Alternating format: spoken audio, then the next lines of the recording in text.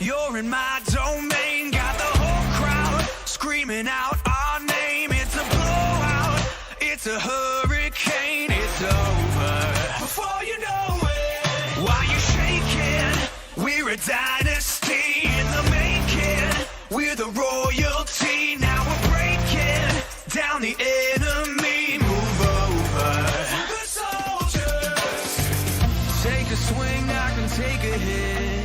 If we die, it's fine, we live for this. It's all for this. We're gonna stand on top with our hands in the sky. Gonna raise our cup to the stadium lights. For the glory, for the glory. We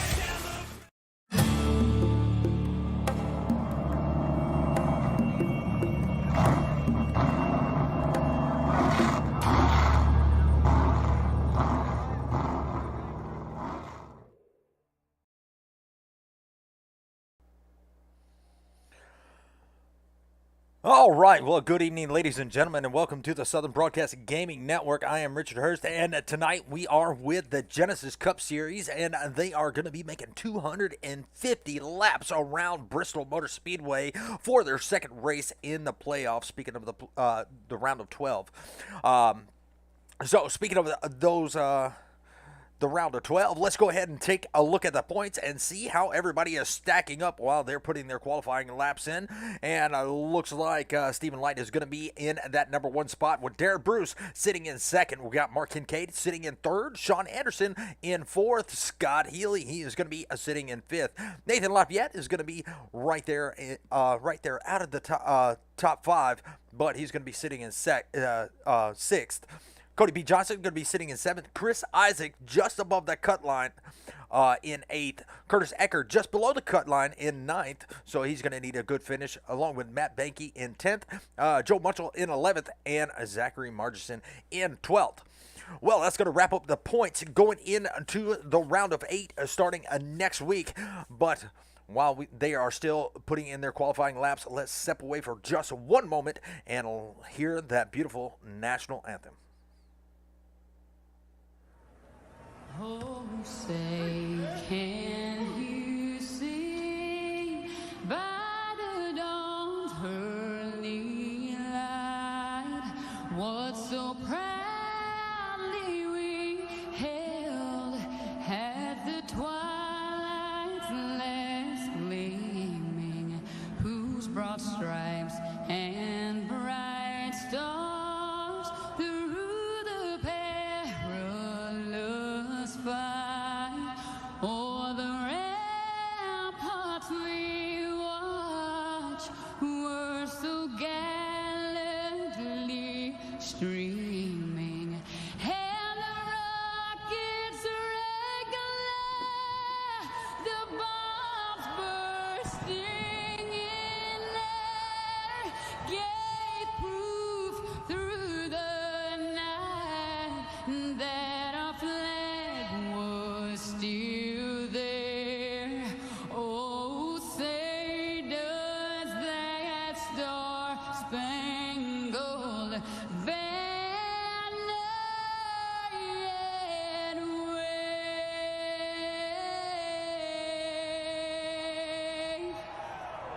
for the land of the free and the home of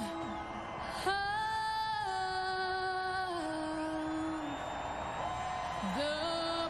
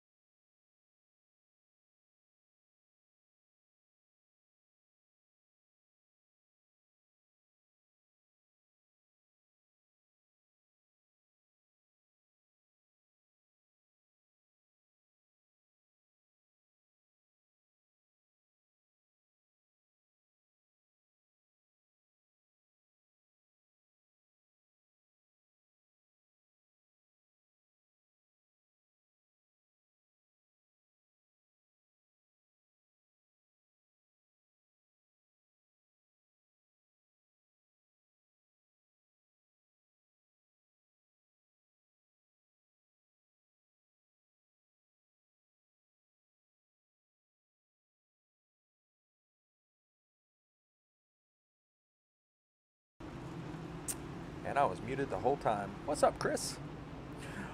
Well, so on your screen is going to be your starting order, and it looks like Stephen Light has the pole. Dakota Long is sitting in second. Scott Healy sitting in third. Darren Bruce is going to be starting fourth. Fifth is going to be Zach Mecca. Sixth is going to be Mark Kincaid. Seventh is going to be Sean Anderson. Cody B. Johnson in eighth. Matt Banky in ninth. Zachary Marchson in 10th. Got Nathan Lafayette. He's going to be starting in 12th.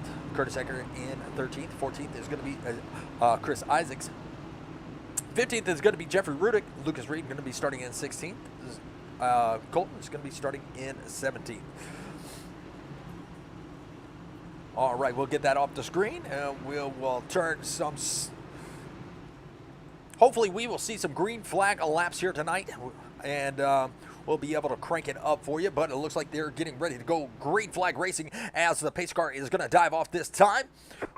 Green flag is out. Stephen Light bringing them into the start-finish line, and we are off. And it looks like Dakota Long is going to try to jump out there very early on that high side. He did get a good restart, and ooh, look at that 27 on Darren Bruce. He gets a little bit of loose, but he does keep it under control, doesn't get it into anybody. You got Mark Kincaid. He's got Scott Healy on his inside coming in to turn number one. Coming out of turn number two, it looks like Mark Kincaid is going to be able to prevail coming down the backstretch into turn number three. That high line looks like it's going to be the preferred line, as you can get a run coming off of turn four and turn number two. But side by side is going to be Zach Mecca and that 64 machine of Scott Healy. Bottom line, not doing him justice as of right now. We might see him migrate up to the top if he can get the 24 cleared, and he does. He does migrate to the top, but right back down to the bottom. So it looks like these cars are not handling the greatest here tonight at Bristol. Maybe a little bit of track change from practice till now, but we'll go back through the field, and we got a little bit of a side-by-side battle, and that is going to be that 88 machine of Zach Mecca. He has Matt Banky right there on his back bumper, but now they pretty much are nose to tail. Matt Banky having a little bit of trouble with maybe a connection as of right now, but it looks like it did get straightened out. Joe Muncho trying to advance around that number 35 machine. Not going to be able to get there this time, but did have a pretty good exit. Going to slow up just a little bit because he is playing peekaboo with the camera. Well, hopefully Chris Nice has his keyboard fingers tonight, and he is able to do a little spell check tonight. Just messing with you, Chris. But we got about 9 viewers out there on the stream, and appreciate y'all stopping by, spending your Wednesday evening with us. And as of right now, it looks like we got a two-car breakaway for the top spot, and that is going to be Dakota Long and Stephen Light. Ooh, Stephen Light does get a little bit tight, and he does brush the wall as he was coming out of the turn number 4, but it looks like that car is turning just fine still. Darren Bruce trying to make up a little bit of time. He's only about 0.4 of a second back from Stephen Light. So far, green flag racing, as we have completed 10 laps out of 250. We will see that stage break here. I'll show you what we got here tonight. We got 250 laps with a stage at lap 125 with 4 sets of tires in the pits, and 1 fast repair and 3 green and white checkered attempts. Just in case we see any of those cautions, we'll have 3 to see if we can complete it. If they can't keep it green for the last bit, it'll be pretty much frozen where they restarted, or where the caution came out. Ooh, we got Mark Kincaid. He got a little bit loose, but he was able to save it, and that's going to allow Zach Mecca to really make up some time, and Mark Kincaid is going to be around. So Mark Kincaid is going to bring out the first caution. He had a little bit of trouble trying to control that car. He got really loose on him. He got it straightened out, but we're going to have to go back and take a look and see what happened to Mark Kincaid. Give me 1 second.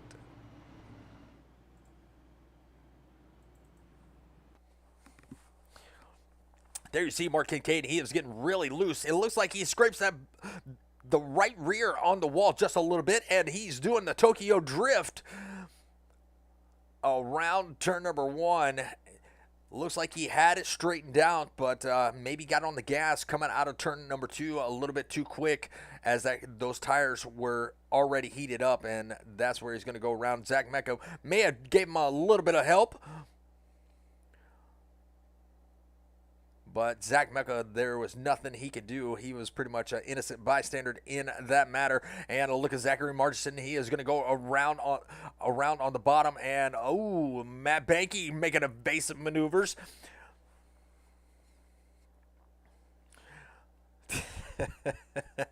But looks like it got minimal damage to that race car, and here at lap 15, everybody is going to be bunched back up and spell check my butt. Brianna out there saying, hi, hi, hi. Well, hello. So Mark Kincaid going to bring it down a pit road, and now they do have the they do have to enter in the pits out of turn number 2, so they got to make that long trip around at 35 miles an hour. But Dakota Long is going to be your leader as of right now in that Toyota. Once again, we only got about 3 Toyotas out there in the field, and all the rest are Chevys and Fords. More Chevys than there are Fords, but the Fords do outnumber the Toyotas. But TRD horsepower is out there leading the race as of right now, so they got something to bring to the table.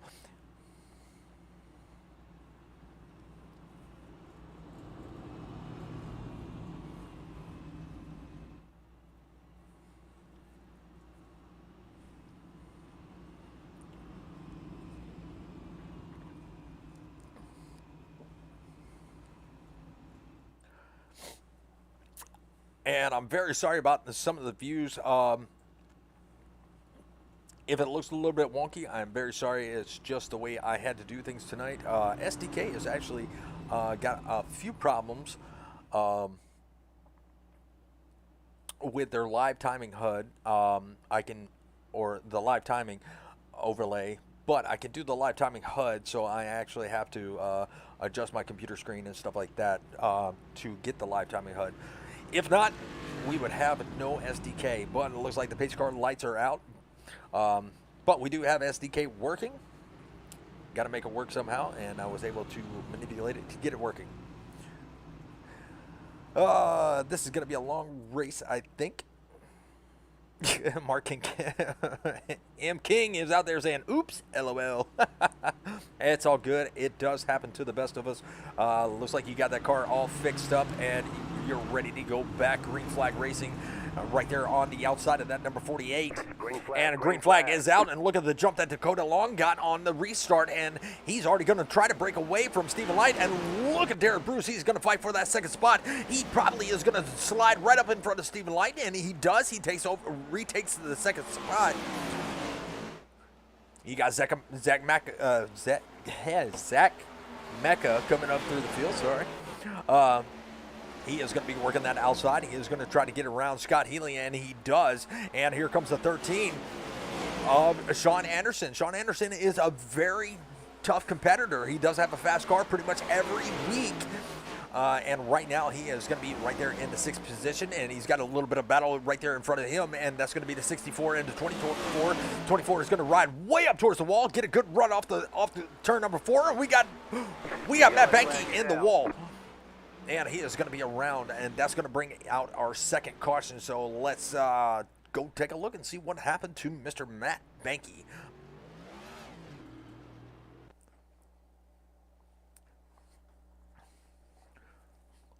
Matt Banky taking that low lane. There you see the 88 of Zach Mecca right there on the high side. There you got the 13 and the 24 right there in frame. And it looks like that low lane was just not his friend. He gets back on the gas, and that car just steps out a little bit. He tries to make a correction, and that is all she wrote for that 35 machine of Matt Banky. That's all right. They don't have to have a pretty car to win a race here. You don't have to have front bumpers, rear bumpers, or even fenders to win a race here at Bristol. So I'm pretty sure he'll go in there, get a little bit of repairs done, and get that car back out on the track and put in some more laps and make up some of those positions.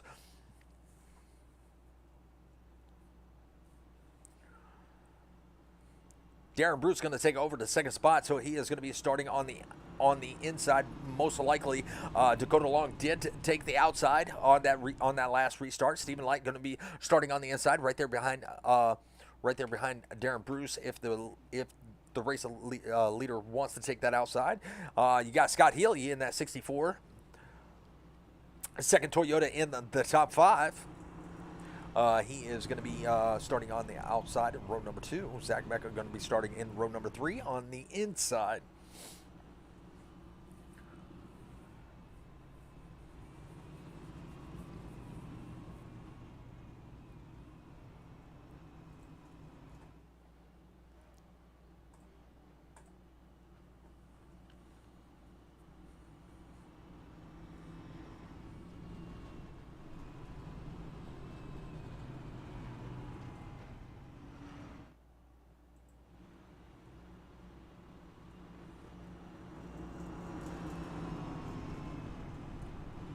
There's a view from our starter cam. There you see the white flag is still out.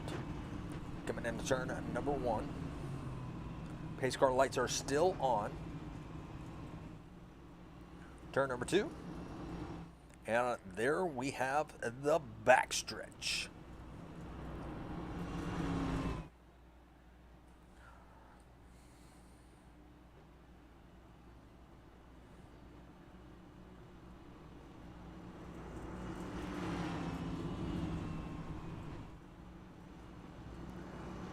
Well, we do have the digger cam in between turns 3 and 4. Hopefully nobody kills it. Oh, and it looks like the 88 did. And there is the exit of turn number 4. Well, pace car lights are out. So we will be going green this time by.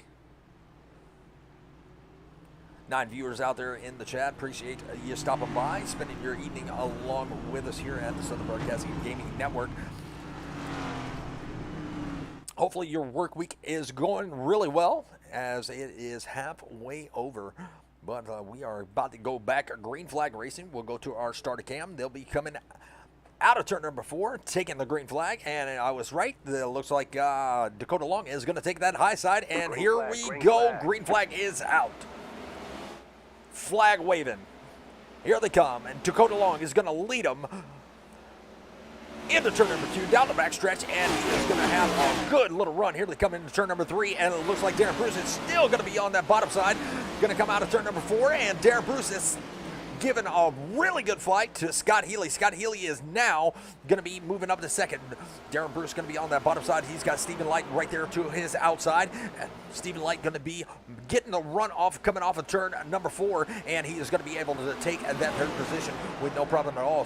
Scott Healy going to be on that bottom side. 99 going to come out. Oh, he's going to get loose. He's going to come down to the inside wall, and that is going to be the yellow flag is out. Another yellow. And the 99 is going to bring it out this time by. So third caution is out. And that's going to be brought out by Stephen Light.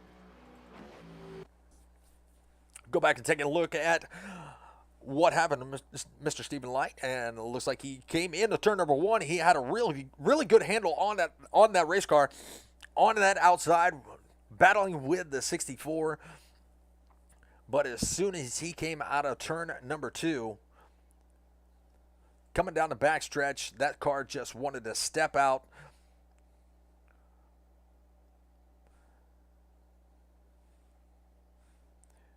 And around, or excuse me, not around, but to the inside wall he goes.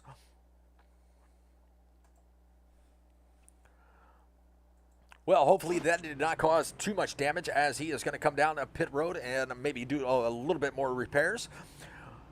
But looks like we have a new second place car, and that's going to be the 64 of Scott Healy. Darren Bruce is going to take over the third place position, as and Zach Mecca is going to bring his car down pit road. So Sean Anderson going to move up into the top 5. Zachary Martinson, he is going to be tied with 4 other drivers for the biggest mover. That is going to be him and Nathan Lafayette. He is going to be up 5 positions. Curtis Ecker going to be up 5 positions, making it his way up into the top 10. Looks like Mr. Chris Isaacs also going to be up 5 positions, and Lucas Reed going to be up 5 positions. So a lot of big movers out here on the racetrack. Not a lot of positions, but that's okay.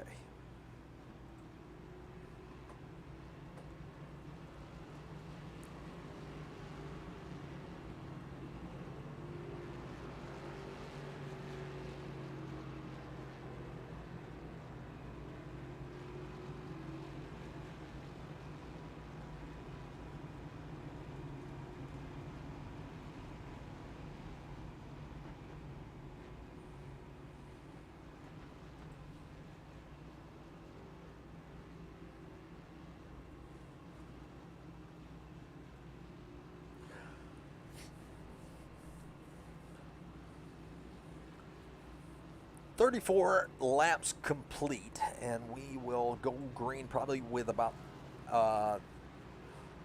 lap 36. Pace car coming out of turn number 4. They should get back double file. Matt Banky showing that he's 2 laps down. If the cautions do come out, he will be able to get those laps back and get back on the lead lap. So just hang in there, Matt, and you should be able to get those laps back. Brianna out there saying, "Damn, I'm glad I stayed off the track."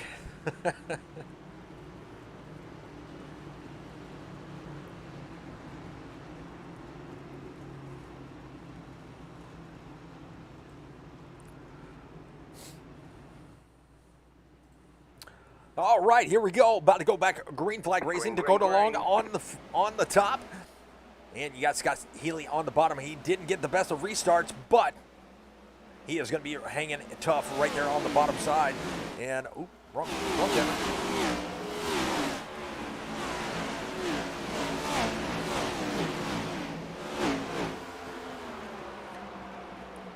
There you see Dakota Long working on that top side, and he's got the second Toyota, one of the other Toyotas in the race up riding the middle lane, trying to catch that number four of Dakota Long. That's going to be Scott Healy, and you got the first Ford in the top 5, and that is going to belong to Sean Anderson with Darren Bruce right there in 4th position. I do not like that camera, so we're going to change cameras.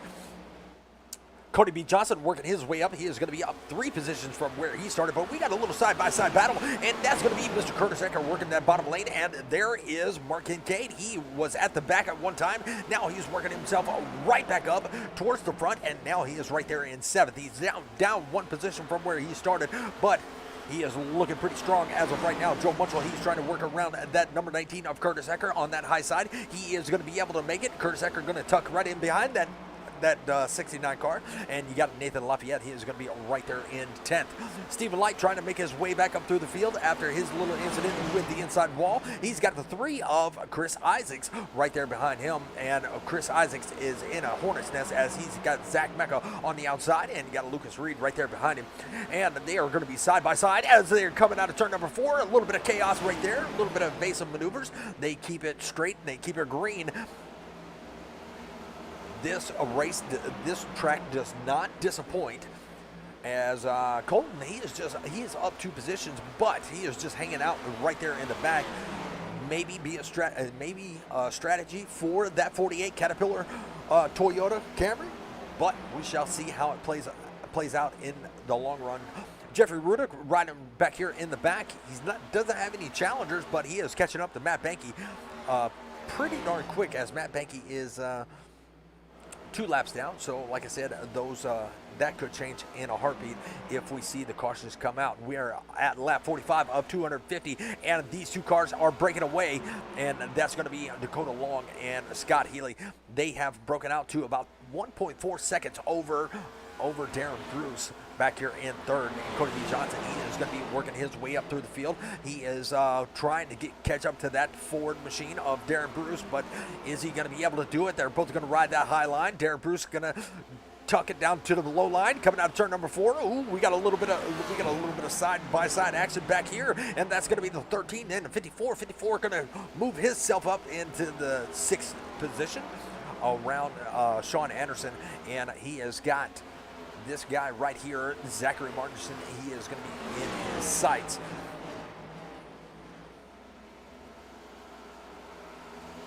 Well, when it is green flag racing, it is definitely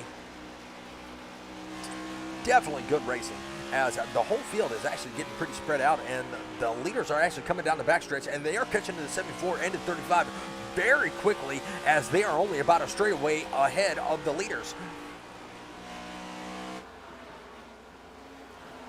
And it looks like it is all, we got Joe Munchel. He is going to step out just a little bit. He's got Stephen Light right there behind him. And Stephen Light going to pass him on the outside, or try to attempt to make a pass on the outside. He's going to really get up close to that wall to get the run off of turn number 4, and he got the position. Now he's got Sean Anderson right there in his sights. Now we're going to ride on his nose cam and give you pretty much this is what he sees in his front windshield. Actually, technically, if we want to get really technical, where is it?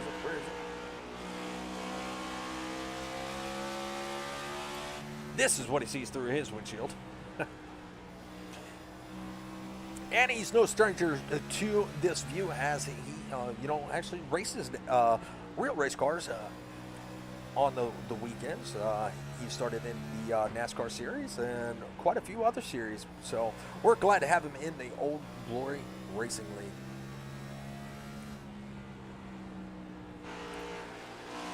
Looks like he's hanging back, and it looks like Sean Anderson has actually created a little bit of distance. Sean Anderson has Mark Kincaid right there in front of him, and not going to be able to get there this time. Here they come in to out of turn number 2. Mark Kincaid had a little bit of a wiggle right there. Coming into turn number 3, they are going to be side by side. Oh, and the yellow flag is going to be out once again. And let's go back and find out who brought that out. Looks like Stephen Light. All right, coming across the start-finish line, the 99 right there behind the 13. Coming in turn number 1, going to ride that high side. Trying to get that car to turn. He does get it to turn.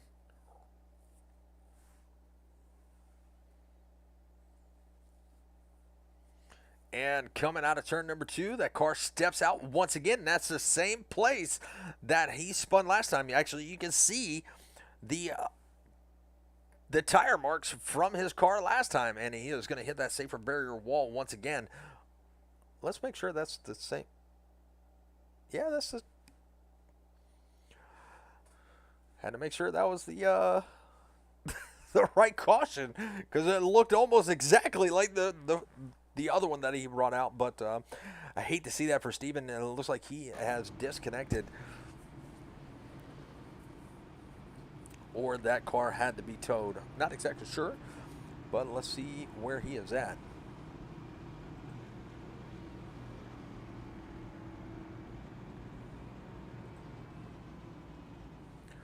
24 going to stay out and lead him a lap.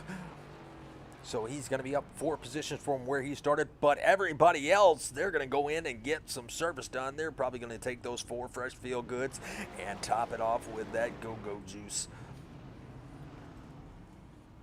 Dakota Long is going to make it off the pit road first with Scott Healy right there behind him. Darren Bruce, Cody B. Johnson, Zachary Martinson, and Mark Kincaid, Sean Anderson, Joe Munchel, and Curtis Eck are going to be wrap up your top 10. And Brianna says these cars are incredibly loose. Yeah, I could see that coming off of turn number 2 and some of turn number 4. Turn number 4 is not as bad, but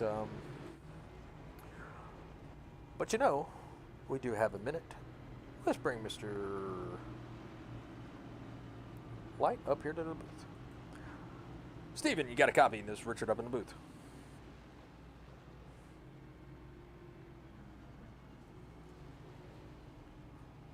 Steven, you got a copy? Yes, sir. Oh man, it looks like that car is having a rough time coming out of turn number 2, and that's the second time that car has stepped out on you. Man, tell us what happened. Did it break it completely, or you gonna be able to get back out there? Yeah, I'll be honest. I was actually had some high hopes for this race for everybody for the way we set them up this week. Chris and I put in about 12 or 13 hours of test time to make sure they drove good. And the last 3 weeks, unfortunately, iRacing has made a change to these cars on Wednesday mornings without our knowledge. So balance was not there. I was getting frustrated over driving the race car, and luckily I won last week, so I didn't have to worry about this race. So I decided to just call it quits for tonight and have fun with you. Awesome, awesome. Well, you're always welcome up in the booth. Everybody's always welcome up in the booth. We had Miss Brianna in the booth a little last night for the truck series. Green, green, green. And we are back, Green Flag Racing. So, you got your teammates out there, and they are doing really well. You got Zach Mecca actually leading the race, but you got Dakota Long right there also. Now, you have a couple teammates out there. They are running very well. What kind of advice would you give them? Oh, and we got a spin already. 24 is going to be around. The 4 is going to be around, and the 69. Wow, this is the big one here at Bristol. Holy cow. So, back to what I was saying. I mean, what would you tell your teammates? Just be patient, or what would your advice be to them if you're? Well, first of all, if I could get live somehow, I'm going off the broadcast, but I'm a little behind here. If I can get live so I can keep up with you, is there a way for me to do that? Actually, you know what? Yes, there is. 1 second. Let's review this replay, and I'll get you a link so you can watch what I'm watching, and you'll also have the ticker and tower that I have. Wow, just a big mess right there. You got the 08 involved, you got 24 involved, 69, 88, 13. Oh my goodness, the 10 and the 3 just barely makes it through there. Maybe has a little bit of damage. Curtis Ecker, he is gonna squeak right on through, so he's gonna take over third. But yeah, let me go ahead and get that for you, so you can see what I'm seeing.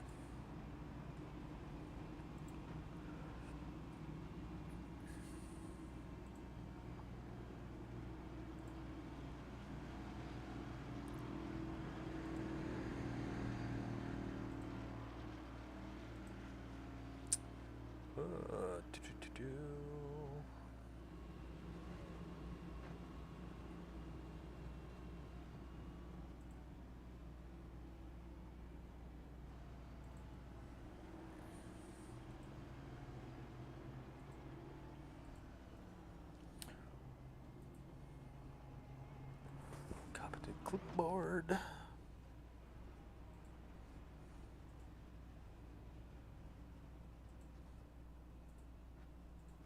Yeah, I'll be glad to give some insight once I can get live with you. I just don't want to be behind on everything.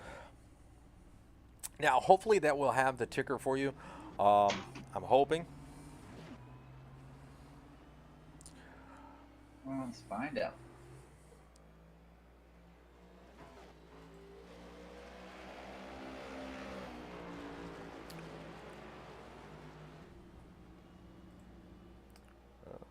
Hide that.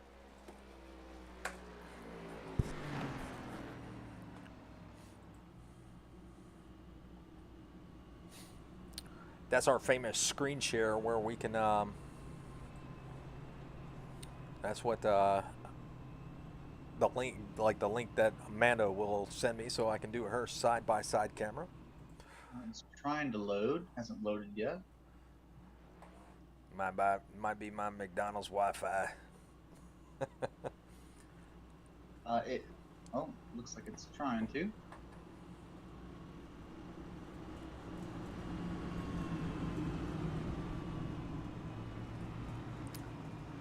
All right, is it 1 to go and 19's and 27 on front row?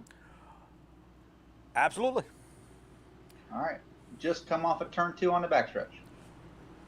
You got it. You're up to All date. right, we're good.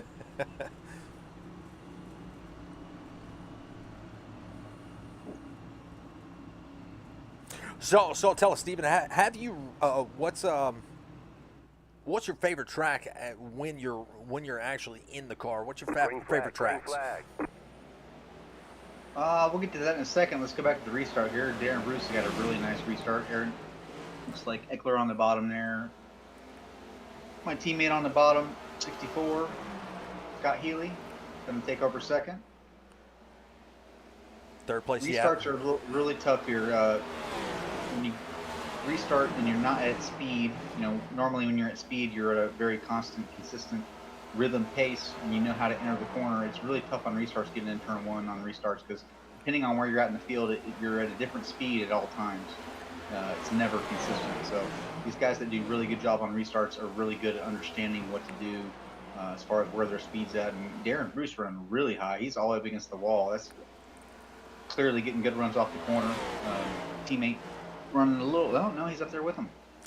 Yeah, and it was interesting to me to see Darren Bruce actually take that inside line as you and everybody else were taking that outside line to get a better run, and we got a battle for the lead, and that is going to be Scott Healy coming down to the bottom of the track, and he's going to make the slide job right there in front of Darren Bruce, and we got a caution once again.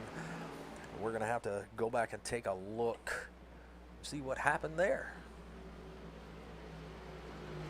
It looks like Joe Munchell and Sean Anderson have crashed it out. Let's go back and take a look.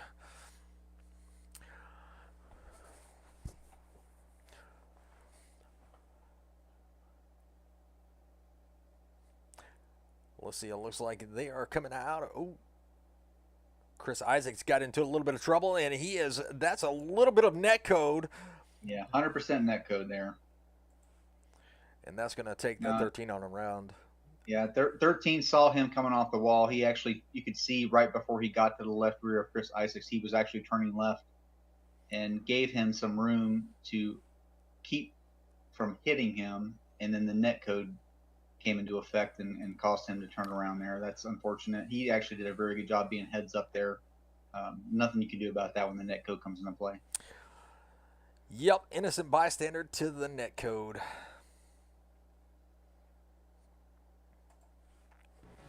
All right, we'll go back live here. It looks like Scott Healy, he is going to have that lead. Darren Bruce, that's going to catch him back up.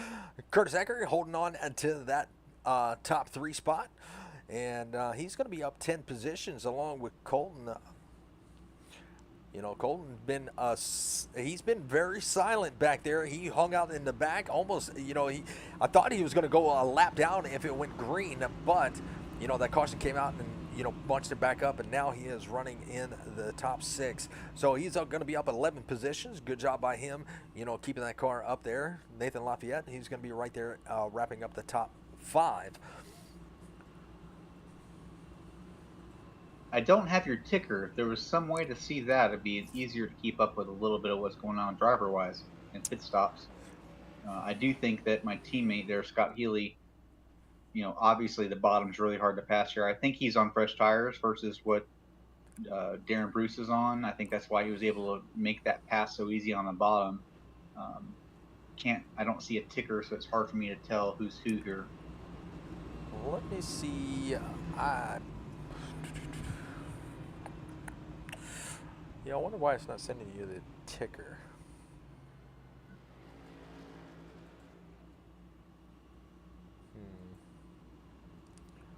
All right, let me stop that real quick. I'm going to send you a different link. I'm going to try to send you my OBS, and maybe you can see the ticker.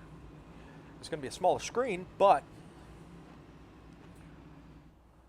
we can handle smaller screens with more information.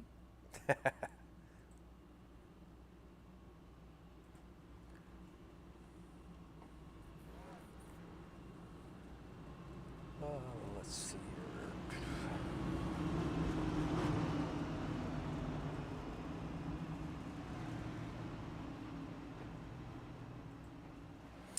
Add a window. Okay, we're going to add this. Bam. No audio source. And I'm going to copy this link and coming to you. You should be able to see it now. The information that I see on the screen should show you All the right. track position and everything. So Let me see what the eyes in the sky see. Green flag, green flag. By the way, Mark King said he'd love to come join us if you have room. well, if you want to drag him on up, we'll make this. I don't want to say that on stream. Never mind. So we're back to green here. Well, what a great restart that Scott Healy got. And he jumped out to a heck of a lead, and he's going to be about half a second, almost 0.6 of a second over Darren Bruce. And Zachary Martinson is going to be all over that Ford Mustang coming out of turn number 4. He is going to be right there, going to be looking to make the pass, but it looks like Darren Bruce is going to ride that high lane. It looks like Martinson is going to ride just a little bit higher, got to run off of turn number 2, but not able to get there as Darren Bruce is working pretty good off of the corners. Curtis Eckert back here, he has got that 48 all over his back bumper coming out of turn number 2. Going to have a little bit of distance between them as he got a really good run off of that corner. But still, it's anybody's position. Nathan Lafayette under fire by the number 4 of Dakota Long. He is going to take that high side, and he's got some damage on the front of that race car, but you don't have to have a pretty car to finish in the top spots here at Bristol. Yeah, it looks like Healy here is on some tires. Margison and Bruce. I know Bruce didn't take tires. I'm pretty sure he didn't. He's just trying to maintain right now. He's saving his sets of tires for the second half of the race if needed. Looks like Zach Mecca is working his way back up to 8th. Joe Munchell right there in 9th, doing a good job keeping pace. Yeah, this track seems like the longer the run goes, it gets tighter in the center, freer on exit, really hard to control and maintain track position, obviously, but throttle control here is really important. Understanding when your tires are wearing out, when to back the corner up, how to maintain your, all these racetracks we go to, even short tracks, big tracks, doesn't really matter. It's all about that exit. It's all about that center off speed. And a lot of these guys are really good at understanding when the tires wear out, how to back the corner up. Darren Bruce is one of them. He does a really good job at that. You see how tight he got off the turn 4 there. Darren Bruce, for sure, is not on the same tires that the 88 and the 64 are. I'm going to say that he did not take tires, and he's just waiting for the halfway break here, trying to get some good stage points and set himself up for a good finish later in the race. He's trying to win this race. He's not trying to lead it early. He's trying to win it. Yeah, so tell us, what is the fuel window here? So when I started the race tonight, it said about 116 laps for a tank of fuel. But the problem I had with my teammates that we noticed that was you couldn't really save fuel even with the caution. Clutching the car, turning it off, really wasn't saving a lot of fuel. So I think that's why you saw everybody with all the cautions we had early in this race. We're only on lap 90. And we've had multiple cautions. Not many people didn't pit, and I think that's because you just couldn't save fuel, which is very odd for Bristol being a short track. You think you could save a lot of fuel because that got loose there, good save. But you just can't save fuel here for some reason. It's all in the algorithms that are built into the iRacing system for these cars. Some tracks you can save a lot, some you can't. You'd expect to save a lot here, but you really couldn't.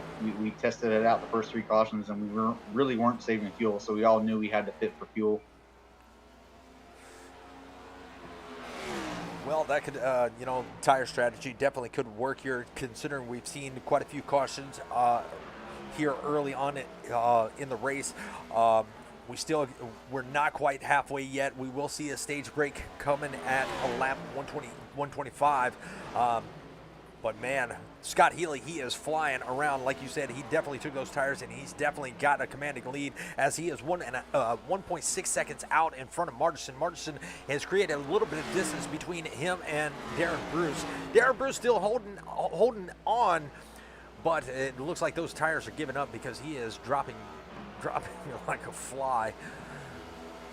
Yeah, but Derek Bruce has got a lot of experience, so right now you can see his car stepping out, getting tight in the center of the corner. He's just being patient. After getting tight and getting loose just now, he's going to back that pace off just a little bit. He's running 3rd. He's got a big gap on 4th. He's got no reason to push the issue. He's looking for stage points. He's easily going to get them, good stage points. And he's just going to ride this out and understand that later in the race, he's going to have an extra set of tires where Scott and Marguson are not going to have them. So if there is a late race caution with more than 10 laps to go, he's going to have a set of tires to drive through the field if he needs it. Man, this is a heck of a side-by-side battle coming out of turn number 4. It's going to be the 24 and the 4/19 of Dakota Long. They have been side-by-side for about 2 laps now. Oh, a little bit of contact. No harm, no foul. They kept it straight, but that 19, it is looking really beat up. Probably the only thing that's going to be good on that car is the battery. But Zach Mecca is giving that 19 all he has. And coming out of turn 2, it looks like the 19 is going to be the winner of that little battle. But Matt Benke, it looks like he has brought out the caution along with Zach Mecca. So we're going to have, Zachary Margison. Well, let's go back and take a look and see what happened. And we also have Mr. Mark Kincaid right here in the booth with us. Mark, how you doing, man? I'm doing all right. How are y'all? Doing all right, doing all right. Yeah, I was just I guess it's gonna be a change of pace here, not racing. Hang out with y'all on the booth. Well, we do talk a lot, just so That's you know. okay. I can handle that. Just come have some fun, got buddy. done watching. Yeah, I've been here for a minute. I didn't want to interrupt that battle that was going on. I was watching the Oh my! 24 and the 4. That was a good Ooh, battle. big and hit. I've seen Matt Big go hit. on the spin cycle back here. I'm not to cut you off. I'm not sure Matt Binky can make it back to pit road. That kind of hit normally takes out the motor. And who is that sliding into him? Oh, that is Zachary Margison. He just and Darren Bruce gets a piece of that too. Well, there you go. Oh, that's no, that's a bunch of playoff drivers there. Second and third place. Probably going to have to use a fast repair right there. That was obviously a nasty hit from the 88, but Darren Bruce looked like his wasn't much better. I'm going to guess that both have to use a fast repair now, right before halfway, that they didn't want to use. Oh, we got a wreck on pit road. That's going to make things a little interesting. Oh, we got a wreck on pit road. Let's go back and live and check that out. Let's see, who was that? Was it 69 and the 4? It looks like. Well, let's rewind. I usually don't like rewinding, but we will rewind it anyway. Yeah, it looks like let's find Joe Munchell. He not supposed to be pointed that direction. There he is.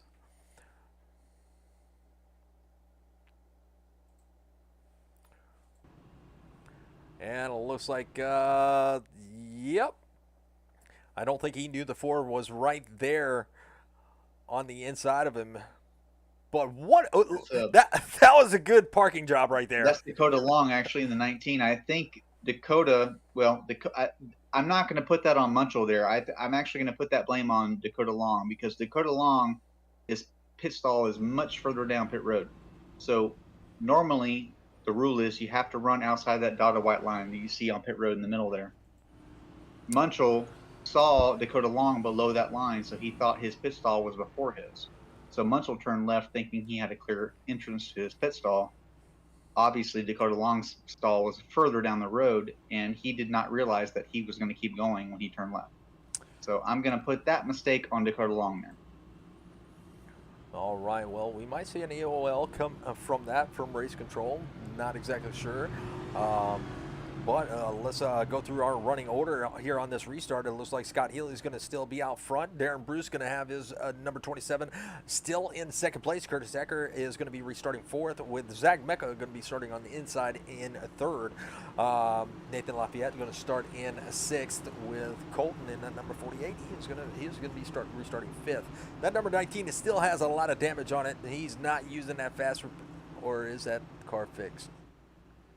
Maybe it's just the angle. It looks like he did fix it. Flag. Wow, what a restart. 0.4 of a second on that restart on the outside. And, like I was asking you earlier, Steven, we saw Darren Bruce start on the inside. Your teammates are starting on that outside. I know you can get a really good restart on both lines, but I guess the outside line would be the preferred because everybody is pretty much running up high. Is that correct? Well, it depends on if you're the leader. If you're the leader, it really doesn't matter if you take bottom or top. having control of the race, being able to restart in the restart zone, as you see off of turn 4 there, that blue Geico zone. If you're the leader of the race, you can choose to go anywhere in that restart zone. It really doesn't matter if you top or bottom. You're going to get a good jump every time. It's everybody else behind you that has to judge that properly to try to gain a position or not lose a position. That's what makes it tough. And I'm sure Mark can attest to that after Indy. Yeah. We don't talk about that, Steven. Yeah, just getting a good view of the leaders and time is tough, especially on a track like this with tight corners that you just can't see. Well, a great battle for the third position, and it pretty much faded out real quick as Joe Munchel, even though he had a little bit of problems on pit road, he is now running in the third position, and this is really going to work really well for him if he can hold out for about 15 laps. That's going to be the end of that's going to be the stage break right there, and that's going to help him out in those points. You definitely need those points going into the round of 8. So you got to get up that leaderboard, and right now he is putting on a really good show. In third place, Darren Bruce is still back here in fourth position, and they are coming out of turn number 4. He gets a little bit loose. Curtis Ecker hanging on the top, onto the top 5, up 8 positions from where he started.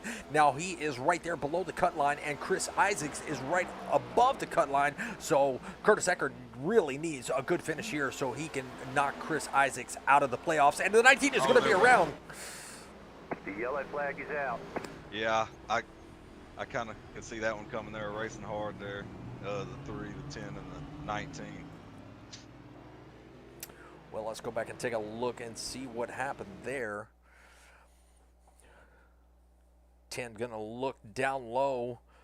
It looks like Dakota's car got a little bit tight. He slid up the racetrack, unless that's his line, but they're looking like they're going to go 3 wide. Look at Chris Isaacs. He's going to stick his nose in there. Dakota Long going to come down. He's pretty much racing his line. That's the normal line that I've seen that y'all take, and the 10 was just right there. Chris Isaacs going to get a piece of that action. It looks like... I'll ask Mark's input on this one, but I have to say that was the 10's fault. The 19 didn't do nothing wrong there. He was running the top, normal, middle entry, high center, and then trying to diamond his exit. Yeah. And the 10 got tight, early exit, and just never lifted and got into the 19. I'm going to say that was the 10's fault there. Yeah, I'm gonna tell you, it looks to me just like racing lines connecting. I don't know, it's hard to call that, but I tell you what, that's a heck of a job saving it on that 3 car. You get hit in that right rear like that most of the time you're going around. That was a good job by Chris there. I do have to agree.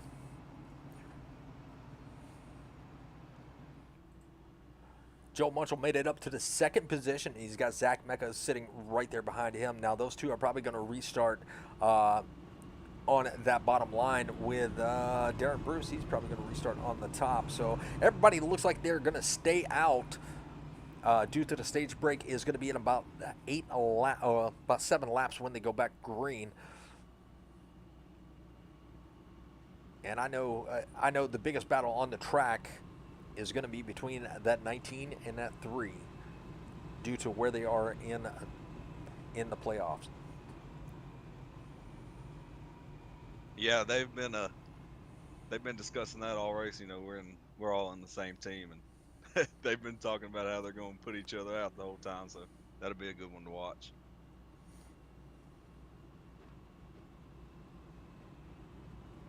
Keep your eye on Bruce, though. I really think Bruce has not taken tires yet. Doing a really good job of managing his position up here in the top 5. The way his car looks, it just looks like he hasn't taken tires this whole time. He's saving them just in case there's late race. Obviously, this race has had a lot of cautions early on. I think he's expecting that to happen late in this race. And if he has an extra set of tires and somebody else doesn't, or a few others don't, he's going to have a big advantage. So I'd really watch out for him late in this race.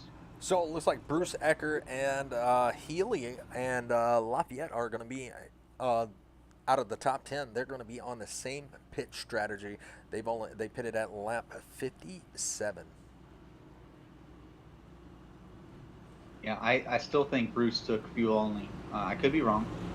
I think he took fuel only just based on the way his car looks. I think he thinks the tires are going to matter here later, and I believe that. Tires here do matter. Well, I can say this too before this here restart, not to cut you off, but after my spin earlier, I fixed my damage and took fuel only, and my car came to me on older tires. I felt way better, you know, 10, 15, I don't remember what it was, but later in the run, I definitely felt better than I did on newer tires. Green, green, green. And look at that jump on that outside, and look at the restart that Darren Bruce had on that outside also, and he pretty much put the pedal to the metal and grabbed that second position over Joe Munchell. He was on the inside and did not get the best of restarts, along with Zach Mecca right there behind Joe Munchell. So that inside line did not go, and the 19 is going to be around again.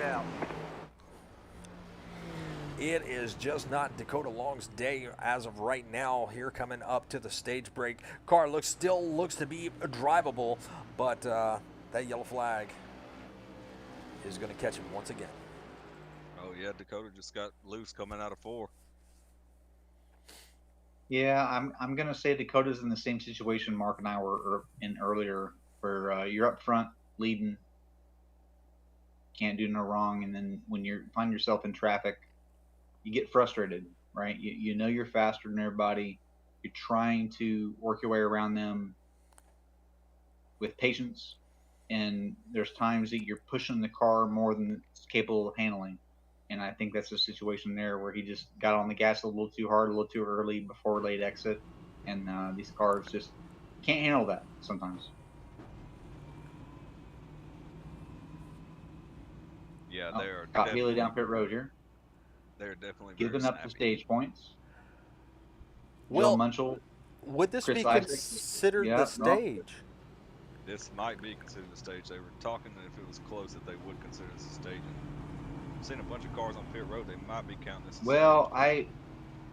I wouldn't think it would be if it was considered the stage. I don't see Chris Isaac staying out on all tires. We don't know. If we can find that out, that'd be great. I think Chris Isaacs is thinking stage points here because he's right on that cut line at 8th. Yeah, he So definitely needs the points. if this was considered the stage, it wouldn't have hurt Chris to come down pit road because he would have got the stage points where he was at regardless. I'm thinking they did not call that the stage, but if they did, I'd be very shocked to see Chris Isaac stay out in that situation. Well, let's see. The last time that Chris Isaacs pitted, or Joe Munchell, they just all pitted at lap 101. So if this is the stage, they might stay out. Johnson pitted a few laps ago. So yeah. Richard, Yes, this is the stage. this is the stage. There's Yes. our answer. Okay. Thank Just you. want to let you know. Yep. So Chris Isaacs obviously thinks he didn't put enough of a lap on his tires to need another set, along with Joe Munchell. Now Scott Healy and Curtis Ecker, they are pretty much going to be on the freshest tires throughout the whole field. You know, from fourth on back is going to have really fresh tires, but in front of them they're going to have about 10 laps on their. Well, no, actually about let's see if they pitted at 101, so about 23 laps on their tires. And I believe, correct me if I'm wrong, that's going to make up a big difference right there. Possibly. It really all just, yeah, it just depends on, I guess, how they were pushing. Because, like I said, my car came to me on older tires, and like Steven said, his was going away on older tires. So I guess it's all just depending on driving style and how you're managing them. Because like Steven said, if that 27 has stayed out on the tire, he did a good job saving that set too. So I guess we'll just have to see there. Speaking of Darren Bruce, he is back here in the 10th spot, so he is going to be riding around in 10th. You got the 48. He is going to be the first car one lap down with Zachary Marchison. He is, the 48 is 2 laps down. Zachary Marchison is going to be 4 laps. Jeffrey Rudick, 6 laps, and Anderson is going to be 19 laps. If we don't get another caution, guys, fuel is going to come into this big time because you only get about 116 on a fresh set. Green, So green, green. keep mind on that, and the guys that pitted that didn't. Well, what a great jump on the outside that 69 did get, along with Scott Healy, and left Chris Isaacs in the dust. He has got the 08 of, that's going to be Cody Johnson, getting right up to his back bumper, along with Lucas Reed up there in the top 5, up 11 positions from where he started this race. Zach. No caution did come. No caution came out for that. Oh, Chris Isaacs is going to be on the outside wall, but the 24 is giving him all he has on that bottom line with Lucas Reed. Oh, a little bit of door touch right there. They do keep it straight coming in the turn. Where's my track map? Out of turn number 2. Looks like the 24 is going to be rubbing the wall just a little bit in 3 and 4. Yeah, on that restart, I'm thinking the 3 car missed a gear, started in the wrong gear or something. Turn. Caution, yellow Oh, no, flag. that's the 19 playoff driver. Curtis Ecker going to be around, and it looks like it started with Marchson. So we're going to have to go back and take a look and see what happened there. Oh, yeah.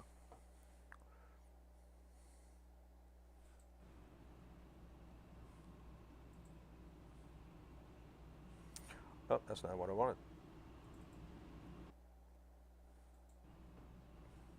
I guess that is what I wanted.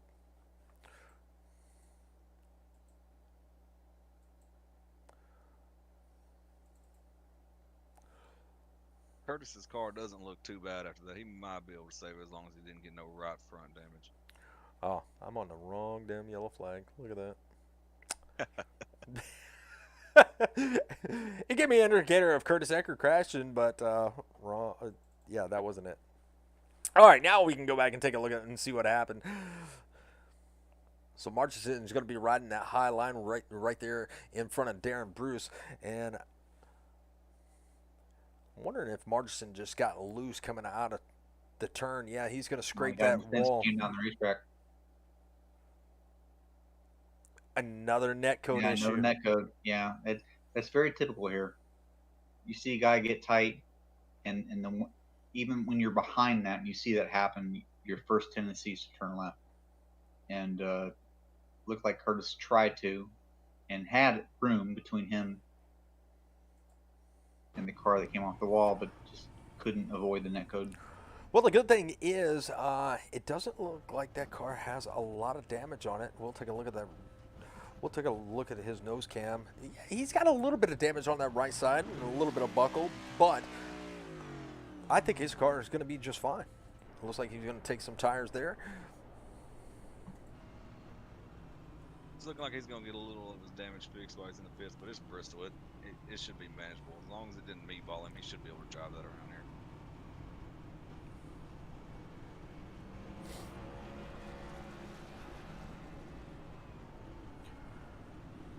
All right, so we're halfway there. I pretty much know who Steven is going to pick. Probably that 64. All right, so Mark, who you got to win tonight? Can't pick yourself. You're not there. Yeah, I'm not there. I'm out of it. Yeah, the 64, he's looking real good. The 4's done made a charge back up here with 4/19. 24 is looking good too. There's a bunch of good cars right now, but if I had to choose just one, yeah, the 64s. He's looking pretty good right now. Well, I'm gonna. There's so many good cars out here. You know, the 4 is good. You know, and it looks like Cody Johnson might be coming up here to maybe challenge it a little bit. We'll see how this car plays out. But I'm gonna say either. I'm gonna say the 24. He's been charging up towards the front. He's got his car back up there. I think he's going to be restarting 4th. So I'm gonna say that 24. It's not a bad pick. Not a bad pick at all. Double file once again. 10th caution of the night, and we are over halfway there. My pick's 27, Bruce. Okay, that's another good car. He's got a little bit of traffic ahead of him, but green flag is out. Scott Healy going to take the green flag along with the 19/4 of Dakota Long, he is going to get a good jump on that outside.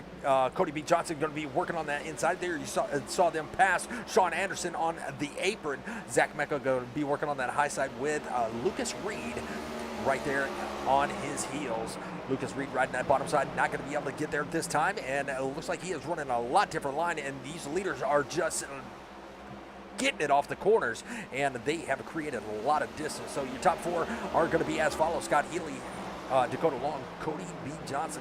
He is going to be working on Dakota Long on that inside, not going to get there. And here comes Zach Mecca on the outside. So Dakota Long going to be Cody Johnson going to be the biggest loser of that little battle on that bottom side.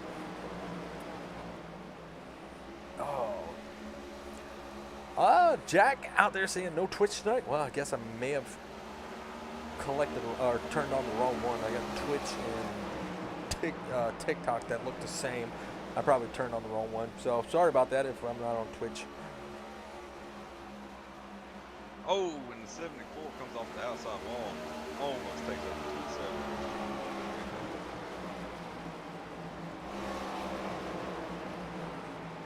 And that is a lap down car. He is going to be, let's see, 6 laps down, but that's probably got to be the scariest thing is riding right next to a lap down car. You don't know how their car is going to react. You don't know how much damage they have. And it looks like Darren Bruce is going to be able to get there. But how much tire did he use up trying to pass a car that's 6 laps down? Oh, and he's going to get loose. There he goes. He got the inside wall pretty good. I don't know if he's going to be able to. Here comes 27 working his way up, going around 3. I think, yeah, the motor tires are catching up with Chris now. He's dropping back pretty hard. You see the 19 go around in here too. The only bad thing about the 19 is he is going to be 1 lap down. He's going to have the lucky dog spot if he can keep the 48 at bay. The 48 is going to be not too far behind him, so he's really got to create a little bit of distance. But the 19 really needs a caution to get back on that lead lap. But he is doing a pretty good job of catching Darren Bruce.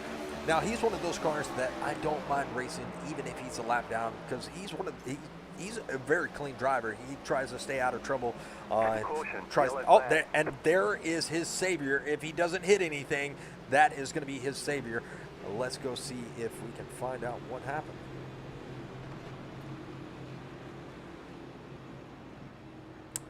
Anybody see that? I don't even have a crash indicator. I don't either. I'm going through the field now, seeing if I see any Stop. All right, so that's probably going to be the 74, maybe bringing out that caution if he was too slow.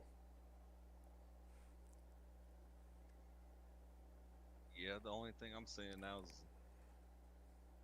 74 trying to get on pit road, maybe. Yeah, that's what I'm thinking it was. Well, that's going to be the big break that Curtis Acker was hoping for, because now he's going to be back on the lead lap. Now he's going to be able to battle for those positions. Now the only bad thing is he's going to have to start at the tail of the longest line. And there he goes, getting his lap back. Only 9 cars on the lead lap. Well, if everybody's in the pits, the longest line is not going to be that long.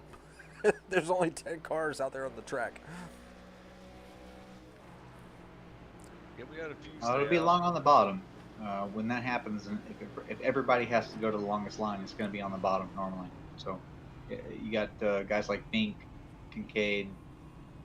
Actually, Kincaid's out, but Anderson, Munchell, Marguson, they're going to have to start at the bottom behind 4 rows of cars that with nobody there outside. So it actually is a pretty big penalty when they line up that way. Well, the only one that's not on the track is the 48. Everybody else is off track. Jeffrey Rudick. So everybody else, I think, they've been in the pits for a long time, so they either retired or just fixing a lot of damage.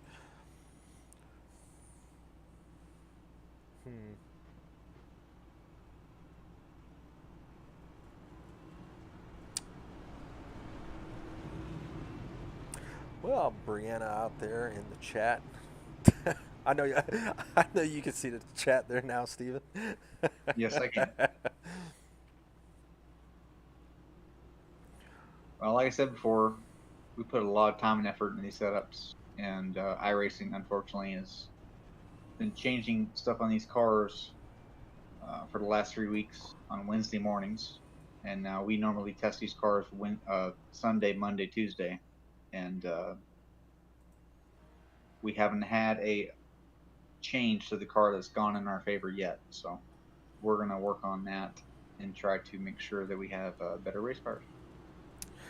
All right. So if we see another caution, we're going to bring the leader up, and we'll let you give him a little in-car interview there, Steven, since he is your teammate. See how he's doing. They're coming to the green here. We don't have time. Oh no, I was talking about the next caution. Absolutely.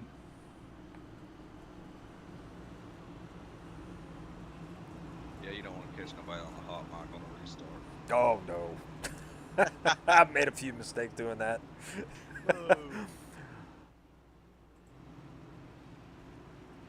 All right, looks like Green.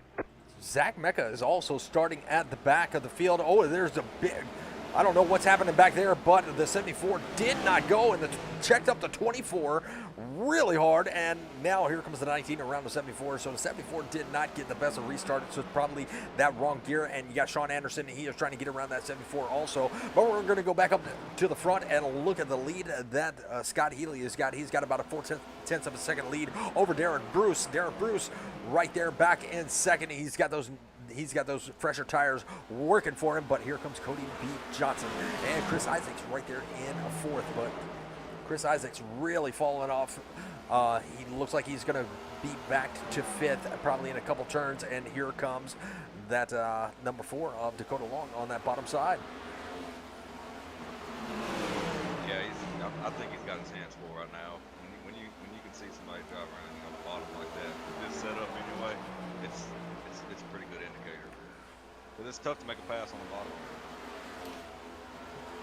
So Chris Isaacs, I think Chris Isaacs is really trying to play a little bit of strategy here. Like you said, you know, the playoffs, this is the last race to be locked into the round of 8, and I think he was trying to play a little bit of strategy because he's got to, the 48 gets in the wall, but he's got to stay up in front of that 19, as the 19, I believe, is catching him little by little, because the 19 has a little bit fresher tires than that 3. So we'll have to keep an eye on that. Let's go up here to the front and see how this 27 is doing. He is doing pretty darn good, and he has created a little bit of distance between him and Cody Johnson. They got about a half a second gap in between them. Looks like that 08 is just a little bit better into the corners, but it looks like that 27 is better off because he's able to extend it. Oh, and the 4 car is going around. Oh no, that is another caution for the 4. Let's go check it out and see what happened.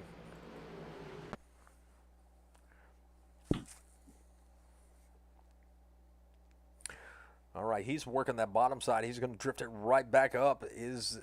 And that car just stepped out right on him.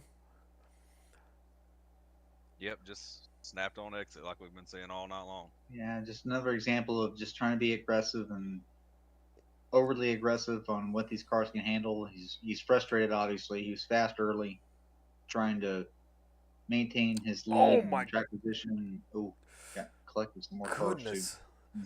So he's going to have a lot of left side damage. The 13 is going to have a lot of left side damage and missing a front bumper, as we've seen it. I believe he used his fast repair already too, so that could be quite a stint on pit road there. Yeah, that 4 car took a pretty good hit there. You know, if he don't have a fast repair, it might be a bad situation for him here. I would like to ride with Curtis Ecker, as he barely made it through this. Oh, look how close he came. And there you see the 4 coming up, and woo, right by him. Holy crap. Yeah, I would have been changing my shorts. He did scrape the wall a little bit, but it did not hurt that number 19. All right, well, while we are under caution, we got a few minutes. It looks like Scott Healy is going to be in the pits. We're going to wait till he gets to his pit stall, and then we're going to bring him up to the booth. I can't wait.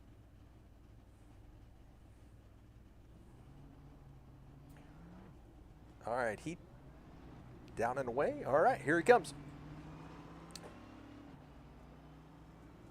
Scott, this is Richard, Steven, and Mark up in the booth. You got a copy.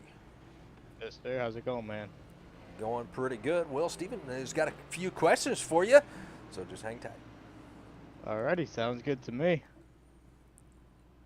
Go ahead. So, Bud, do you have an extra? My first question is, do you have an extra set of tires left for this race?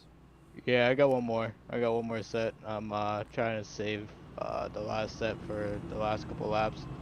I'm hoping it stays green, but if it doesn't, well, I got an extra set. I can just blow by these guys. Just trying to manage my car, trying to keep it straight, trying not to get it loose, and just trying to pull away on these guys. Well, there's a So couple. no- Oh, go ahead. Oh, go ahead. Oh, you're fine. Go ahead. I was about to say there's a couple cars back there behind you, and that's going to be actually Darren Bruce is actually in the lead. You know, he's been one of the fastest cars on the racetrack. You got anything for that 27? Oh yeah, definitely. I got all the horsepower I need under this Toyota Camry. Steven? So, Well- so I have to ask a fun question here. Are you happy I'm out of the race? I miss you, buddy. You know I love racing with you. You know I'm always trying to beat you. You know it's a tough time. I miss you. I'm lonely. I'm with Zachy Boo. I understand. Well, Well, we're you're going doing to a good job. Keep it up. Just believe that Bruce has got some strategy worked up here. So stay on your game. I will. We'll catch you later, bud. All right. That was a pretty good interview. What do you call him? Zachy Boo?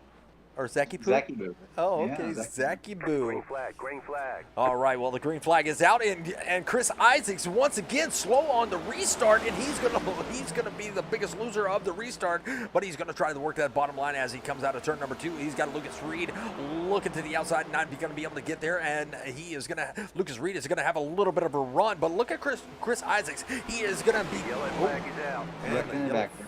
flag is out once again. Let's go find out who that is. Looks like it's going to be Dakota Long once again.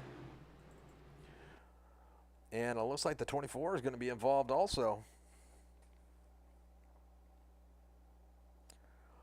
Well, the Great Coliseum is taking cars out one by one, and it looks like the 24 got into the 19. A little bit of net code is going to spin that 19 right on around. Yeah, I know Zach's a teammate. I'm going to call that a racing deal there because the 19 you saw got loose on entry, really slid up, and you can see the 24 had momentum on the bottom, and 19 instead of drifting up the track decided to try to turn it back down the racetrack.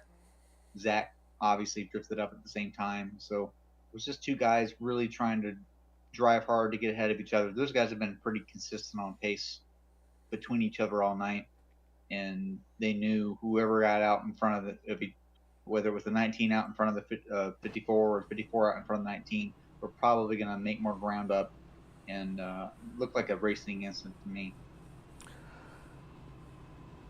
I would agree with that. I would definitely agree. It's Bristol. There's going to be that How short about track Chris race. Isaacs up in third place? Let's talk about Chris for a minute. Chris is not known for short track racing. He's doing an amazing job right now.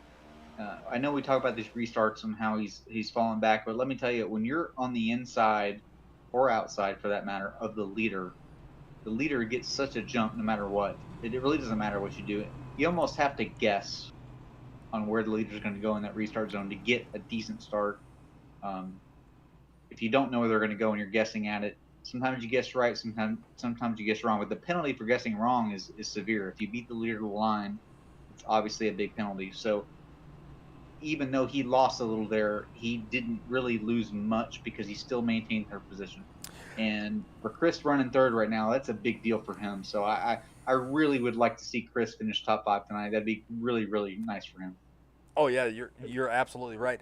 And also another point, you know, some of these guys you do restart in a higher gear to not spin those tires, especially if they're on an older set. You know, I do it in the trucks. I'll start off in third, a little bit higher gear. I know I'm not going to spin the tires, so therefore it's going to be a little bit slower, but it's going to be a lot safer. I'm not sure you can do that here. I think second gear is your safest bet. Yeah. Second gear, you can go wide open on the restart. When in Chris Isaac's example, if he's starting below the leader, he sees the leader go, he can go wide open in second and not worry about spinning the tires. I know from experience, Scott Healy likes to start in first in these cars a lot. Doesn't really matter where it is. He's got a really good feel of being able to half throttle first gear, right to second, short shift to second without spinning the tires, and gets a better jump than I do a lot of times. So if Chris is starting in third, it's probably hurting him. I don't think he is. I think he's just a victim of being that guy on the bottom that's not able to go when he knows the leader's going to go. But now he's starting third, and Bruce Cook, or Bruce is going to have that honor of trying to jump right when Scott does. Well, I believe you are going to be right, as we are riding on board in his cockpit cam, and he is right now in second gear. So let's ride with him on this restart. We'll see that Green. there is the jump that the leaders get, and you know he's being really easy on that throttle, but he does get those RPMs way up there. And look at the run that he gets on the bottom.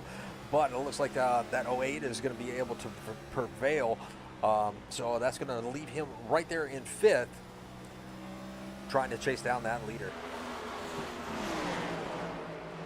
Yeah, very conservative restart. He's obviously right on the bubble of the points, so he's trying to just make sure he doesn't make a mistake, stay in line, not take too many chances here, trying to maintain position for the most points he can get. Yep, right now we're riding with the 19, and this is the guy just under the cut line. He's sitting in ninth in points, and the guy that's sitting in eighth is right in front of him. So this is going to be the race of the night that we're going to have to pay attention to. Curtis Ecker is going to be running in sixth, Chris Isaacs in fifth, and we got somebody going to the inside. In hard in the inside wall. That's Johnson. And that might bring out the caution. Yellow Yes, flag. it does. That was Lucas Reed. No, Lucas Reed, sorry. Yep, once again, just snapping on exit. Yeah. That's the problem with these race cars. And Mark can contest to this. It's almost a false sense of security sometimes. I know when I left pit road to make a mock qualifying run, there were times where I could actually mash the throttle before center of the corner and have no problems with grip on exit. And then a lap or two later, I do the same thing. I didn't change my entry, didn't change the center of the corner, same wheel input, same braking, same everything. And then you mash the throttle, and then halfway off the exit, it just takes off. So I think that's what you're seeing here late. These guys are they're trusting what they're feeling early in the first couple laps, and they're not changing their driving. They're doing the same thing, but the tires, once they come up to temperature a little bit, the balance changes completely, and I think that's what you're seeing. Yeah, I gotta agree with Steven. The cars, there's no indicator.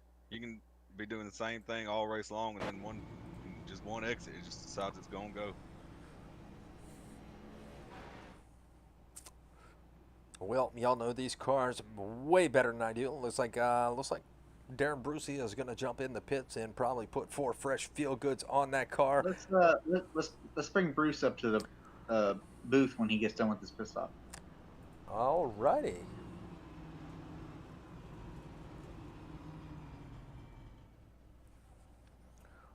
Looks like right sides are going on. How about the lefts? Yep, the lefts are going on, so he's getting the full works. Wonder if they changed the oil while they were there. All right, bringing him up. Darren Bruce, this is Richard, Steven, and Mark up in the booth. You got a copy? Yes, sir. How you doing, Richard? Oh, doing pretty good, and it looks like that 27 is doing pretty darn good here at Bristol. Man, how you feeling about the way this track is handling?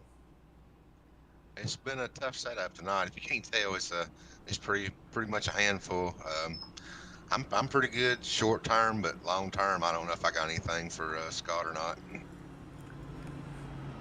Go ahead, Steven. You got any questions? Don't be shy.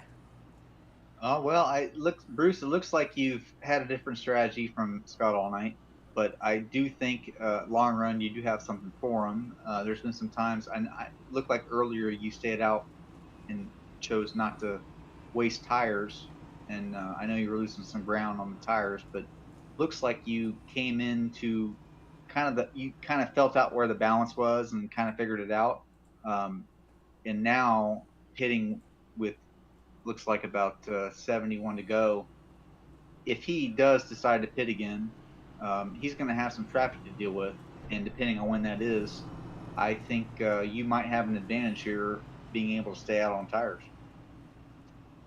Well, that's you hit on. You was watching close. You was paying attention. That's pretty much what I was doing, and I still got another set in the hole too if I need them. So I'm playing this. We're gonna see how this plays out. Well, that was going to be my question: is if you had another set, if you needed them, and it sounds like you do. So I believe you got a They're pretty going darn green good here, so let them strategy. go. Well, we'll catch you later there. Green flag, green flag. I appreciate it, guys.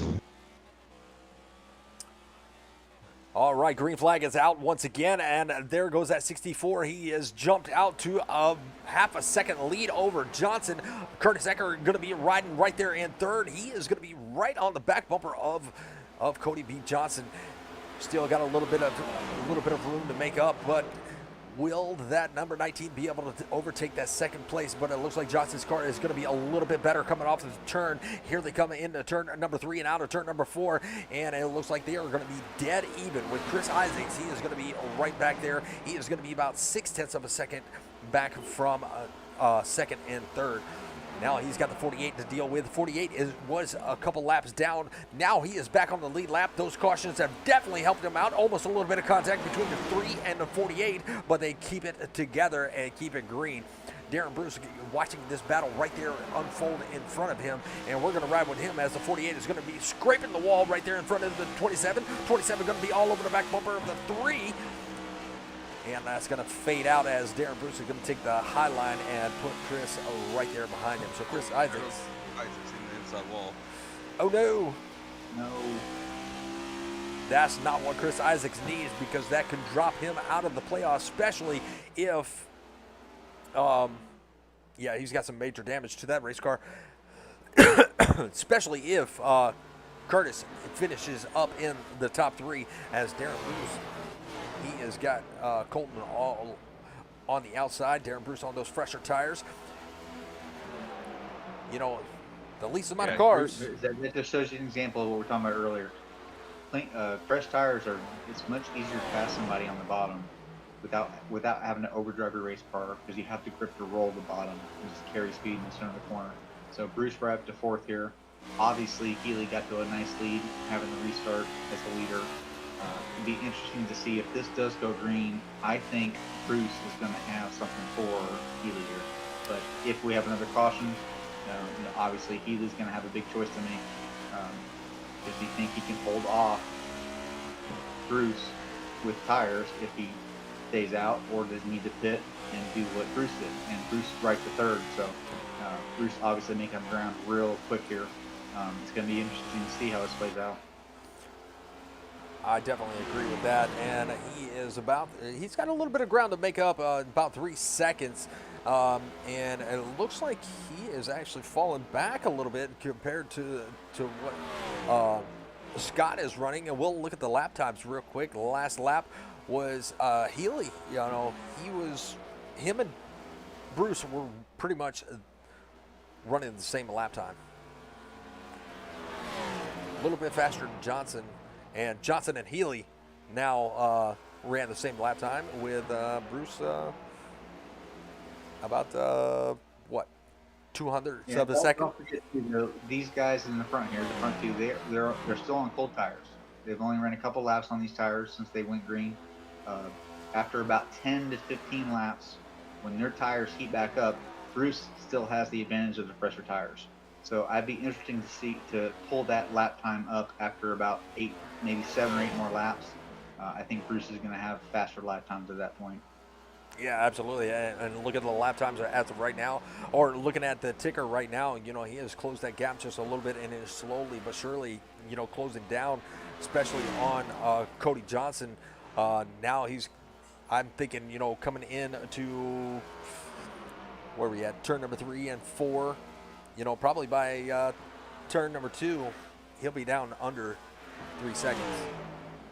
Yeah, Bruce does a really good job of managing his tires throughout a run, and I'm willing to bet when we get to, if it does go green, by the time we get to lap 210, 215, I'm going to guess that Bruce is probably going to cut this lead down to about 1.5 seconds or less and start coming, because he's not overdriving the race car. He's running that really high line. He's committed to the high line. He's trying to get that straight shot off. He's not trying to burn his right.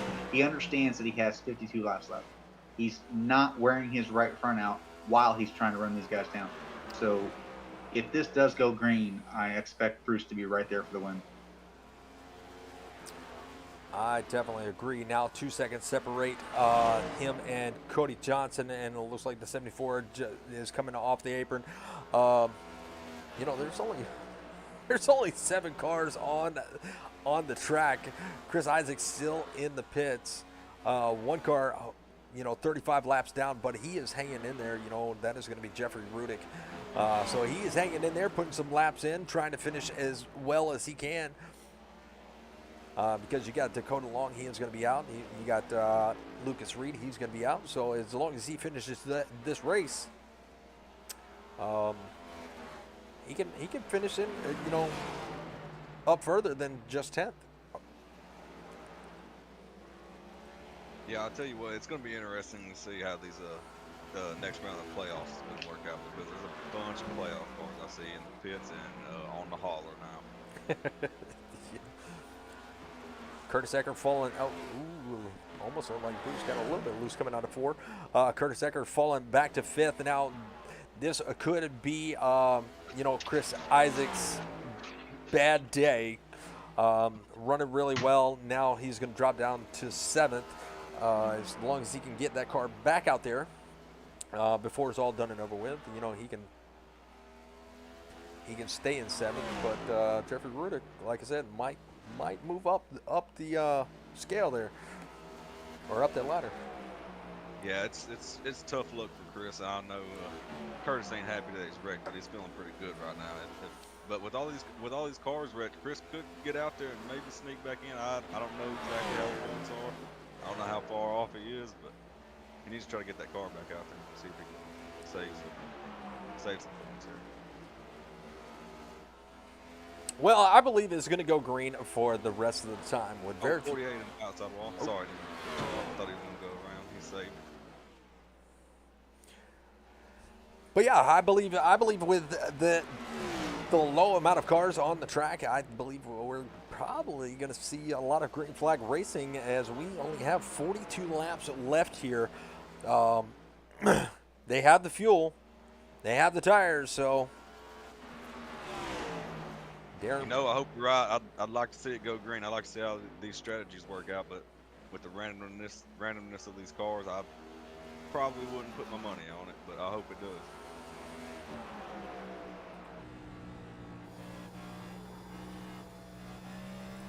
Well, while we are green flag racing for just a moment, let's go side by side and take a look at our race sponsors. We'll be right back.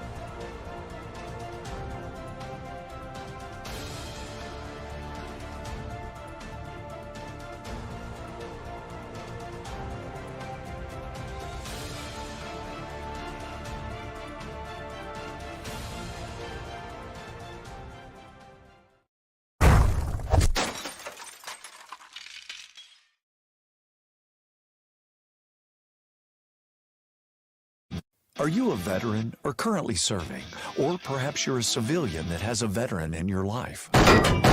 We want to stack up with you. StackUp.org brings both veterans and civilians together through a shared love of gaming. StackUp serves not only active duty troops and veterans in the U.S., but also our allies throughout the world. We do this through 4 primary programs. Supply crates, giant boxes of the latest in games and gear sent to active duty troops and veterans to raise morale, build camaraderie, and help combat post-traumatic stress. Air assaults, where we fly deserving veterans to life-changing gaming and geek culture events. The Stacks, our local volunteer teams coming together to support military personnel around their community. And our Stop Squad, Stack Up suicide awareness and mental health support team. Our trained volunteers are on call 24/7 if you're looking to talk with someone about your problems. We're here to help. Please reach out to us through StackUp.org to find out how we can support you or the veteran in your life today.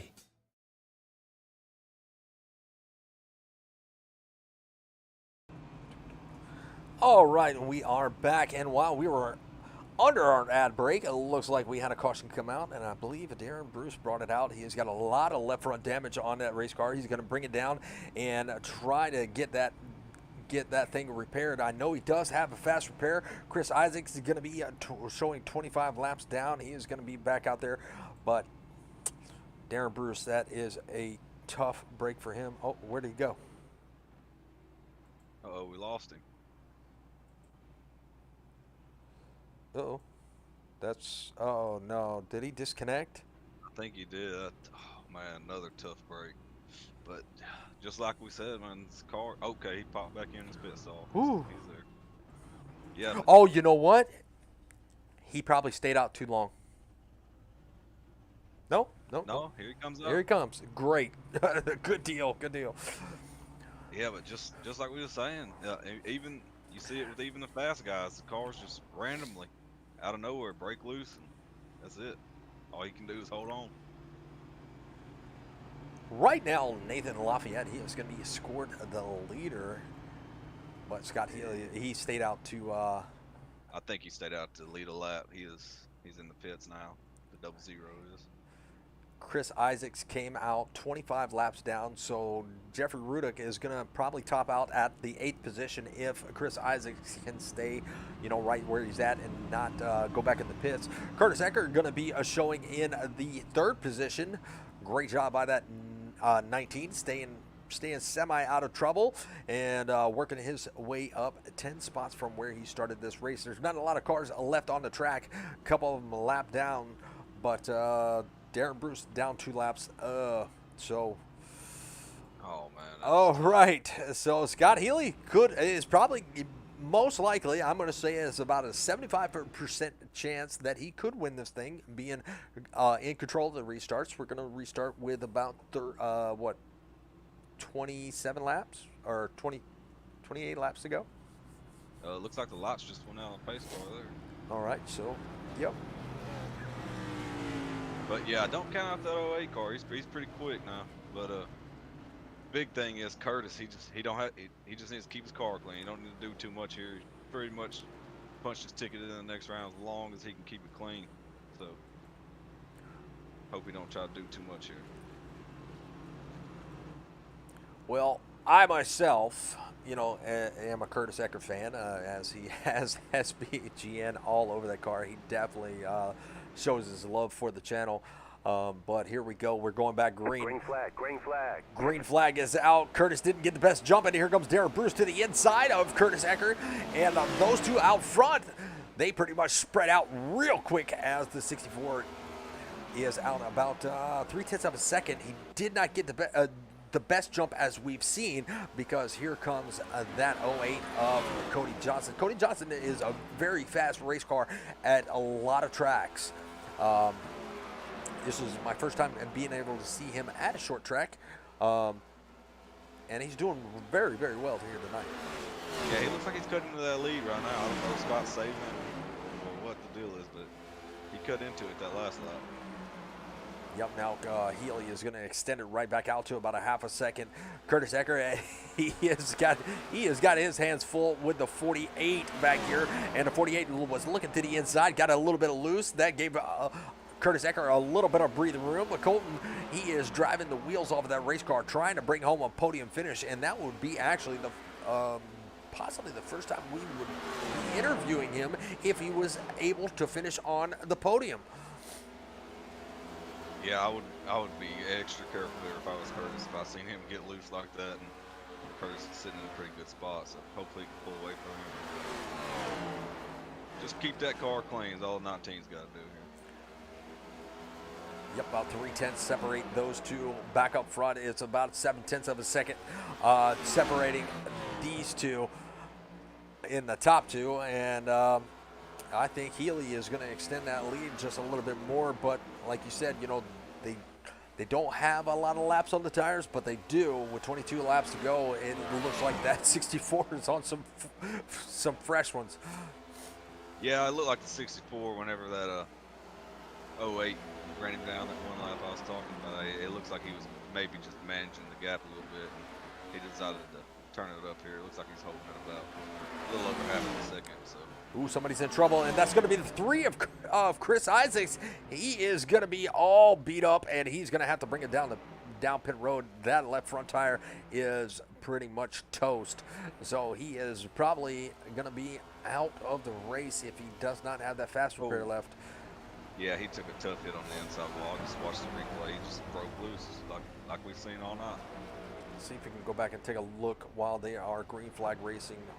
Don't want to spend a lot of time on it, but oh, caution is out. The 48 it looked like was around. Oh no. Well, we're going to go jump to the caution. And let's see where the 48 is. There. That's not the 48. Where's the 48? There he is. We're going to have to stop it right there. We'll rewind it once again.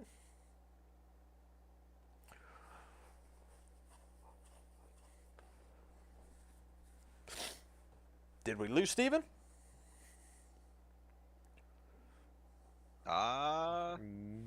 Maybe. Might be. Yeah, coming out of turn 4. Turn 4 has been the turn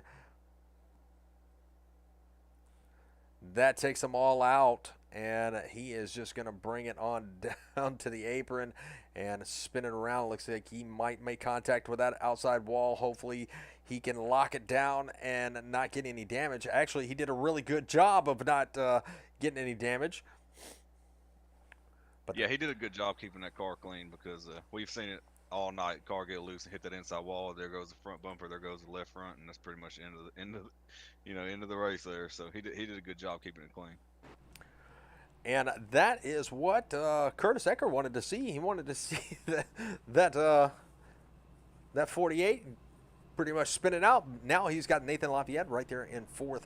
Not a lot of cars left on the track. Now, Bruce is going to be fighting with the 48 for the lucky dog spot. So all Curtis has to do is stay in front of that 00, which the 00 has been okay on speed. We'll take a look at the lap. Well, the lap times ain't going to matter right now, but we'll look at the lap times. I believe Curtis Ecker is actually faster than the 00. Yeah, be looking out here for the if there's a late race caution here. I see the 27 ducking down in the pits here. He's going to be on maybe a fresh set unless he's getting some damage fixed or something. So if he gets that wave around, be a car to watch here. Yeah, he did say he had a fresh set in the pits. So also Scott Healy, he does have a fresh set in the pits also, but I don't foresee him with 15 to go. He knows he has a fast race car. I don't believe he's going to bring that Toyota down for any kind of service. Looks like Cody Johnson riding on the apron. Now, the last time they pitted was at 218. Yeah, I think right now, the way it's looking, yeah, there's no way that 64 pits here. He's got a fast car. He's getting a good jump on the restart. He don't want to give up that leader position on the start. So, he feels like he can hold him off right now on old tires, and he probably can. So yeah, no reason for him to pit there. We'll see if the 08's been doing some tire managing or what's going on, if he can get a better restart here. Oh, Steven just messaged me, said re-add him. He got disconnected. Re-add him to the booth or re-add him Yeah, to the I guess to the booth since he's not talking. Oh, here we go. We're finna go green.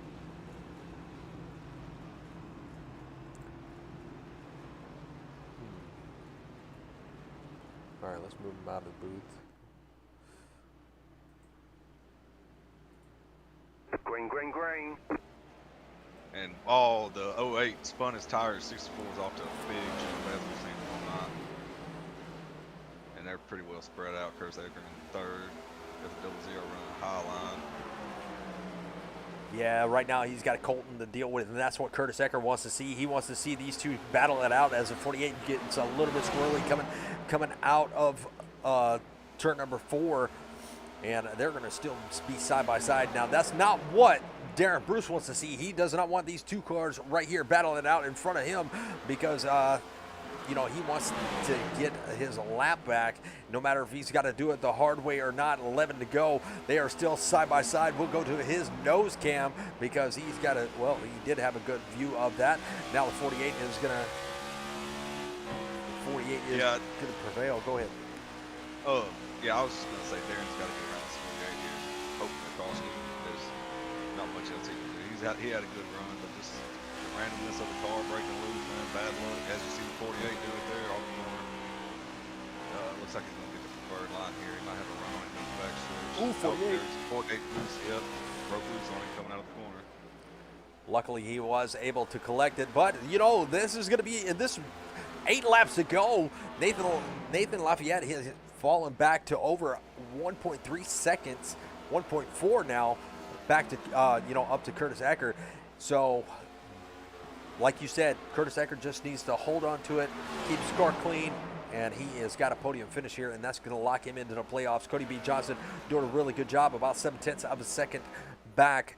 And I tried to add Steven back, but it's showing he's in the booth. I don't know what's going on. Maybe he's had some problems with Discord in the past. Hopefully this is what's going on. Oh, I hate that. I'll check his Discord. I mean, got 5 to go here. I don't want to stay away, so hopefully he's listening to the stream. Hey, Steven, check your Discord. Cody B. Johnson, he has fallen back to about 9/10 of a second. I don't believe anybody has anything for it. Oh, Cody Johnson got loose. Coming out of corner, we'll put the track map up for just a few laps to show you where they're at. Cody Johnson really trying to make some ground, but I believe the harder he drives, the more ground he loses, even though he is about three seconds from Curtis Ecker. He does not want to make that fatal mistake. Here they go. They're going to come down to 2 laps to go. Don't want to see a caution right now. Curtis Ecker still riding in third. He's still got a little bit of an advantage on that 00 of Nathan Lafayette. So he is going to finish on the podium with 1 lap to go. Scott Healy did a really good job of dominating most of this race. And he is going to bring home the win here at Bristol. So Scott Healy, Cody B. Johnson, and Curtis Ecker going to wrap up your top 3 with Nathan Lafayette wrapping up 4th. Now, biggest mover is going to be that 48. He is up 11 positions. He started way in the back and finished up in the top 6. Darren Bruce was able to sneak by him and, pull off that top 5. So not a bad job by that 27, considering the hit that he had and had to bring it down pit road. Not a bad drive. Yeah, bad job. No, yeah, I'll tell you, it's all these cars here left on the track. They did a heck of a job. These, like I said, just random break loose, and we've seen it all night, man. Good job at the 48. Good job at the 27. Fighting back after he got loose there. Obviously, good job at the 64. He put on a show out there. We seen that last couple laps there. The 08, he was pushing real hard. He was sliding around. He was doing all he could to get to him, but just couldn't get there. Well, I'm going to try to boot him out one more time and try to move him back up to I'll shoot him a text, tell him it's showing he's in, but you can't hear him. bring him back up. Well, our second and third place finishers are in the waiting room, so we'll go back.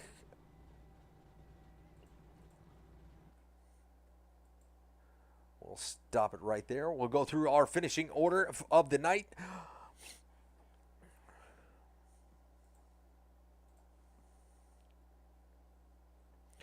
All right, finishing order for tonight's race is going to be Scott Healy bringing home the win. Cody B. Johnson going to finish out in second. Curtis Ecker going to finish out in third. Nathan Lafayette going to finish out in fourth. Wrapping up the top five is going to be Darren Bruce. Colton's going to be bringing home that sixth place position.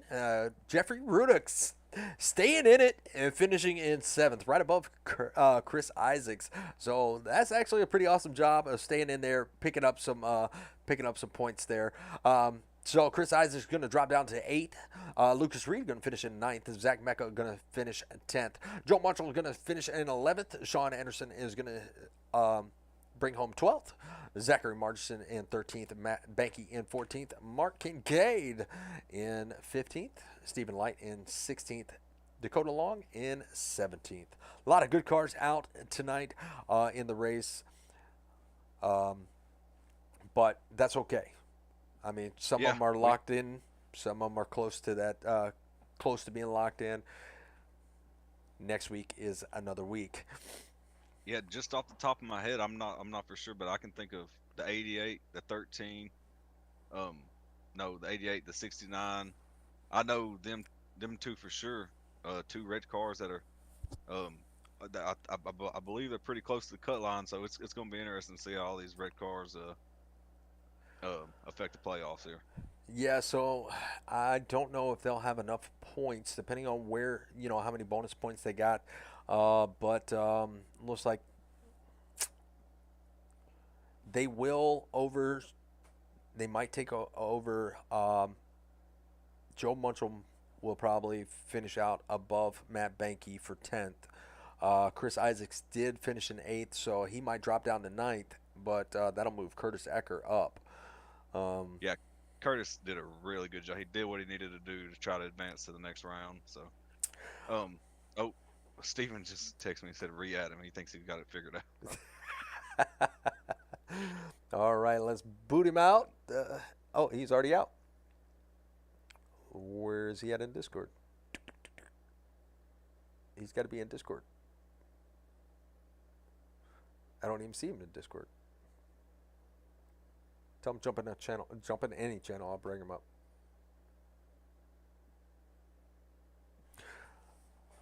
All right. While we're waiting on Steven to get that figured out, to get in a channel, we will bring up our third place finisher, and that is going to be Mr. Curtis Ecker driving that Southern Broadcasting Gaming Network number 19 Chevrolet Camaro. So let's bring him up.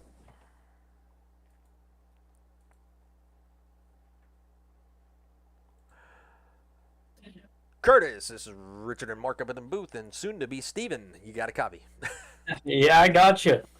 Man, you pulled it off. You are up 10 positions. You brought home a podium finish right before the round of 8, and I believe that's going to lock you in with that great finish, man. How are you feeling? How did Bristol treat you? Man, walk us through your race just a little bit. Well, definitely the setup was definitely a handful at times, that's for sure, but I just tried to take care of the car, and, well, essentially there was only one other car I cared about in the track, and that was the 3 of Chris Isaacs. I managed to get a stage point ahead of him in the stage, which tied us, so it was just a race to the end at that point. Yeah, we thought you were gonna be battling with the 00 of Nathan Lafayette, but he wasn't quite able to get to your bumper, so you're able to keep him at bay. and bring home that podium. But even then, you would have still been locked in. But what a great job here tonight. You kept that Southern Broadcast Gaming Network Chevrolet Camaro nice and clean for the most part. Not too much damage done to it, and bringing it home on the podium, man. We're proud of you, and man, we love watching you race. I appreciate that. You guys do an awesome job up here every week, and yeah. Well, you know what comes with those podium finishes, man. You can give all the shout outs that you want to give, my friend. Well, definitely you guys up here at Southern Broadcast Gaming Network, everyone that helps with Old Glory Racing, and definitely are all the sponsors of all the series. Absolutely. Well, next week we're going to change it up a little bit. You're going to have 200 laps at North Wilkesboro Speedway. That's going to be your first race of the round of 8. How are you going to be looking going into that track? Well, I have ran there once or twice in these next gens, but it'll be interesting, that's for sure. Absolutely. Well, we'll let you get back down there and brag to Chris just a little bit that you kicked him out of the round of 8. But we'll talk at you later. All right, thank you. Steven is back in general chat. All right.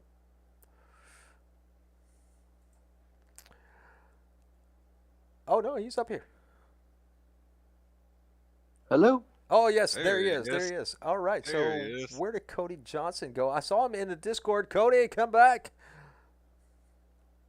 Oh, we lost our second place finisher. I'm not seeing him in the Discord. Oh, me either. Well, hopefully he will come back. And, as of right now, we're going to bring up our race winner, and that is going to be Mr. Scott Healy. And I'll let one of you take it. Steven, you want to do it? That's your teammate. So, Scott, how did you manage your race tonight? Wait. There he is. He's up here There you now. Scott, What's up, man? so, buddy, did a good job all night, kept your car clean, managed your tires well, your fuel, your strategy.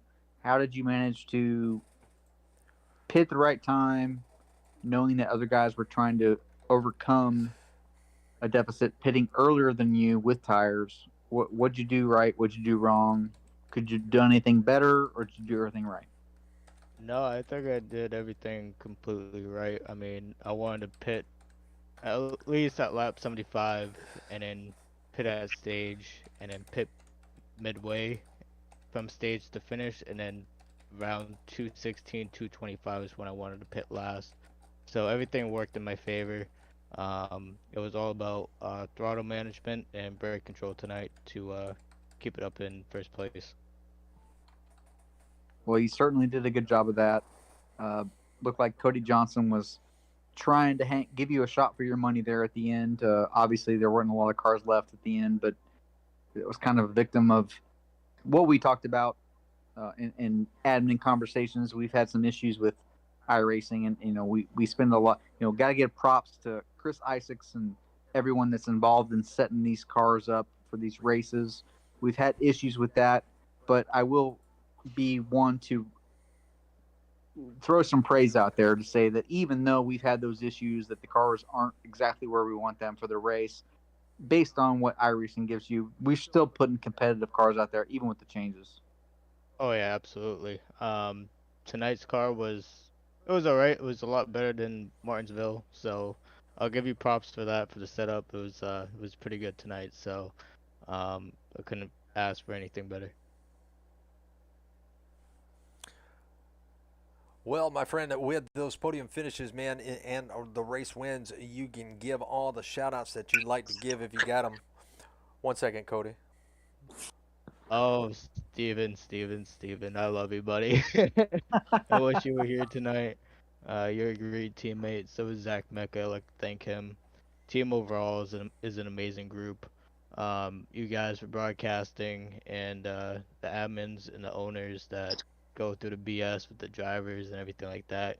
Fans and family, like to give out a thanks to them as well. So that's pretty much it for tonight, and I appreciate you guys for having me up here. Well, we appreciate you stopping by. Congratulations on that win. Get ready for North Wilkesboro Speedway next week. Absolutely, I'll try to be here. I have a union job, so I got primary stuff, but I'll try to be here next week. Absolutely. Hope to see you then.